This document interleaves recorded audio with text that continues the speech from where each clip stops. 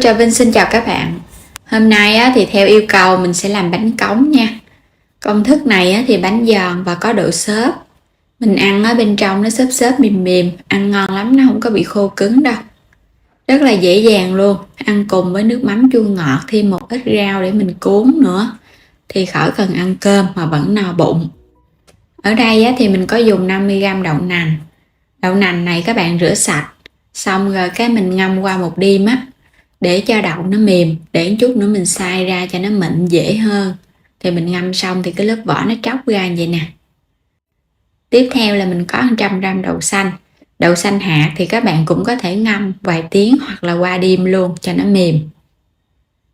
Cho hết phần đậu xanh vô trong nồi nước, mình sẽ luộc trong vòng 10 phút cho đậu chín mềm. Quay qua đây thì mình sẽ đi xay đậu nành luôn. Mình dùng một lon bia hoặc là soda và nước có ga, mình dùng là 330ml nha. Mình sẽ cho vô một phần để xay đậu nành. Rồi các bạn sẽ xay cho nó mịn ra. Đậu này ngâm trước cho nên là mình xay cũng nhanh. Các bạn xay chút xíu là nó mịn rồi. Sau khi phần đậu nành đã mịn rồi thì bây giờ mình lấy nó ra nha. Xay cùng bia nên thấy nó hơi bọt bọt một chút. Mịn nè, thơm bia lắm luôn á. Sẽ cho hết phần đậu nành xay ra cái thau, mình sẽ lấy luôn cái phần xác đậu luôn, không có cần phải lọc rây gì hết, để cho bột nó giòn. Tiếp theo nữa mình dùng đây là 250g bột gạo lọc, bột cái loại hạt vậy nè thì bánh nó giòn hơn, còn không có thì các bạn dùng loại mịn thay thế cũng được. 50g bột mì đa dụng thì mình lường khoảng 3 muỗng canh á. Chút xíu bột nghệ cho cái bánh mình nó có màu đẹp, không có thì bỏ qua. Và đây là hai loại bột mình dùng nè. Các bạn sẽ cho lần lượt bột vào trong đậu nành đã xay. Mình sẽ pha bột luôn. Cho bột nghệ vô luôn nha. Rồi mình nêm vào đây nửa muỗng canh hạt nêm, nửa muỗng canh đường, chút xíu muối. Còn nếu mà các bạn không dùng đường thì có thể thay bằng chút xíu bột ngọt ha. Cái phần bia còn lại nè, mình cho vào mình trộn bột luôn. Cái lượng bột và một lon bia vậy là nó vừa á. Bột đừng có quá lỏng mà cũng đừng có đặc quá. Thì mình cho bia vào á, các bạn trộn lên thì bột rất là xốp. Mình sẽ khuấy cho bột nó tan mịn ra. Bột đóng gói á, thì các bạn phải có thời gian cho bột nghỉ nha. Mình sẽ để đây nửa tiếng. Nếu mà có thời gian nhiều hơn thì để 2 tiếng để bánh nó giòn hơn. Tiếp theo thì mình cho dầu vào trong cái nồi. Bánh cống thì dùng cái nồi đi để cho nó ngập dầu cho vào, rồi các bạn sẽ lấy cái cống. Mình sẽ ngâm cái cống này trong dầu nửa tiếng đồng hồ luôn, trong lúc mà chờ bột. Thì trong thời gian này các bạn để lửa riu riu nha, cho cái cống nó nóng. Mình có thịt nạc xay. Thịt nạc này các bạn dùng nạc vai heo Và đây là khoai môn sắc sợi ra. Nếu không dùng khoai môn, các bạn dùng củ sắn cũng được. Tép thì thích con lớn thì các bạn dùng con lớn nha. Còn nếu mà không thích con lớn thì dùng con tép nhỏ. Đây là con tép xong nè, nó ngon hơn. Quay trở lại thau bột, mình để được nửa tiếng. Bây giờ các bạn khuấy đều lên. Nếu như cái bánh cống truyền thống luôn thì mình sẽ làm bằng gạo xay Cho vào một chút xíu hành lá. Cái phần gạo xay thì các bạn nó giòn và nó có độ xốp nên mình không có cần dùng bia. Còn đây mình làm cái loại bột gạo này thì nó hơi khô. Sẽ dùng bia để cho cái bánh nó có độ giòn xốp ngon hơn. Khuấy đều lên nữa là được rồi. Đậu xanh mình nấu 10 phút xong rồi cái vớt lên để cho nó ráo thì đậu nó nở ra vậy nè. Rồi bây giờ đi chiên bánh nha. Dầu phải thật là nóng sôi, cái cống phải nóng thì khi mà mình cho bột vào nó không có bị dính. Mình sẽ múc một lớp bột mỏng ở bên dưới cống. Rồi các bạn sẽ cho đậu xanh vào. Tiếp theo là dại. Tiếp theo là khoai môn, thịt xay, một lớp khoai môn nữa. Xong rồi cái mình cho bột vô nha. Cái phần như ở bên trong á, các bạn cho nhân cho nó hơi nhiều để bột nó rỗng thì bánh nó mới xốp. Cuối cùng là con tép để lên trên. Rồi mình sẽ cho từ từ vào trong nồi dầu, đừng có cho nhanh quá nó bị bắn bột á. Cái cống này đang nóng, các bạn sẽ lấy ra mình múc bột vào. Một lớp thật là mỏng thôi ha, đừng có dày quá. Dày quá một chút nữa cái bên dưới nó khó chín lắm á. Cũng cho lần lượt nhân cho vào giữa. Khoai môn á, thì các bạn chiên lên nó thơm hơn. Còn nếu mà thích có cái độ xốp xốp ngọt ngọt á, thì dùng củ sắn. Tùy theo sở thích của mỗi người nha. Rồi, lần lượt mình cho vào mình chiên. Đừng có chiên lửa áp. Lửa áp á, thì ở bên trong nó có chín khoai môn á. Khoai môn sẽ bị sượng, ăn dễ bị đau bụng lắm á. Chiên để cho nó vàng. Mình chiên chút xíu là bắt đầu nó vàng à. Mà chiên chút xíu cái thấy dầu nó hơi đen ha. Tại vì tép á, mình chiên lên là chút nó đen dầu à. Rồi cái cống nó đã vàng xung quanh này, bây giờ mình dùng cây dao mình gỡ nhẹ lên. Tại vì á, mình ngâm dầu lâu và cái cống của mình đã dùng rồi cho nên là nó cũng tróc. Cái bánh này thì nó không tróc nhiều ha, nó hơi dính đít chút xíu nè. Chiên sơ nữa, khi mà thấy xung quanh bánh nó vàng giòn thì mình sẽ gấp bánh ra. Cho qua cho nó ráo dầu nha. Mình sẽ vớt lên luôn. Nếu mà kỹ hơn thì các bạn dùng cây dao á, mình khoét nhẹ ở dưới đáy của khuôn bánh để cho nó nhanh chín. Rồi mình cho tiếp cái bánh kế vô. Cái nồi của mình hơi nhỏ nên mình chiên 2 cái à. Cho ra. Lần lượt thì các bạn chiên cho đến hết bột. Thì phần bột này á, là mình làm được bao nhiêu cái bánh nè. Cái khuôn, cái cống của mình nó cũng hơi lớn á. Và nước mắm chua ngọt, củ cải, đồ chua. Nước mắm á, thì mình có nhiều video chia sẻ lắm. Thì mình để đường link trong phần mô tả. Bánh rất là giòn, xung quanh giòn rụm luôn. Nè, mình gõ nè, các bạn nghe được cái độ giòn ha. Giòn và có độ xốp thì bánh cống nó mới ngon. Còn giòn mà nó bị cứng á, khi nguội các bạn ăn nó cứng ngắc là không có ngon đâu. Bên trong rất là xốp luôn. Rồi bây giờ thì mình sẽ cuốn cùng với rau cải nè. Bánh cống này á, mà các bạn ăn cùng với bún cũng ngon nữa nha. Cuốn rau cải thì chấm thêm nước mắm chua ngọt, có thêm một ít đồ chua. Rồi bây giờ mời các bạn cùng thưởng thức bánh cống với mình nha. Rất là ngon luôn á. Giòn xốp, ăn cùng với rau thì ăn no luôn, không hề biết ngán. Bên trong thì mình cho phần nhân nó xốp á, nó rỗng rỗng á, cho nên là mình thấy nó giòn lắm. Và đặc biệt các bạn chiên càng vàng á, thì cái lớp bột rất là giòn. Và đến đây thì mình cảm ơn các bạn đã theo dõi hết video của mình nha. Chia sẻ cái món bánh ít nếp xào với lá dứa nè. Mình làm cùng với nhân đậu xanh dừa, ăn béo thơm ngon lắm. Và bí quyết này á, vẫn giữ nguyên hạt nếp, nhìn vừa đẹp vừa ngon. Mà để 2-3 ngày bánh vẫn dẻo mềm luôn. Bây giờ mời các bạn mình cùng xem video nha. Đầu tiên á, thì mình dùng ở đây là 300g dừa nạo nha. Dừa rám á, các bạn dùng khoảng 1 trái là nó dừa. Bên đây là 200g đậu xanh khô, mình ngâm mềm sau đó thì nấu cho nó chín lên. Và bên đây là 200g đường cát.